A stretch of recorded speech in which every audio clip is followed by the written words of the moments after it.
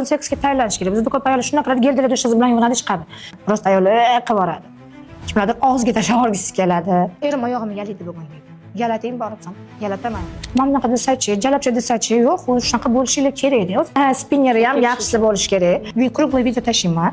Bo'ldi, u keladi. Senga qilganimni xotinimga qilganimda xotinim meni mana shundoq qo'yardi deydi. Qilish kerak edi xotinim. Xotinim senga o'xshamaydi deb. Shu qilib, kulib, keyin erkak kishi xohlagandan keyin уже yo'q men buni xohlayapman deb, ana ayol kishi nima etsa o'shani sharaqlatib olib kelib beradi. Ko'pchilik kencha uchinchisini ham xohlab erkakni to'ydirib qo'yish kerak. Должен san и spalnida o'sha olaman deb bo'ladi.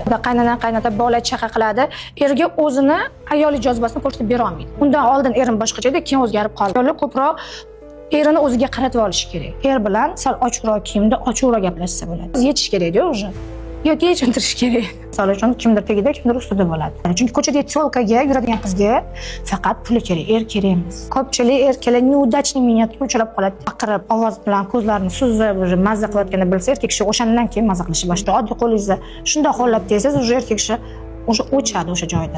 Hozir uyga boring, men sizga mana shu nazar to'xshadim, chaqirib beraman. Nozik psixologiya 18+ kursimizga ulanib olinglar, joylar kam qoldi.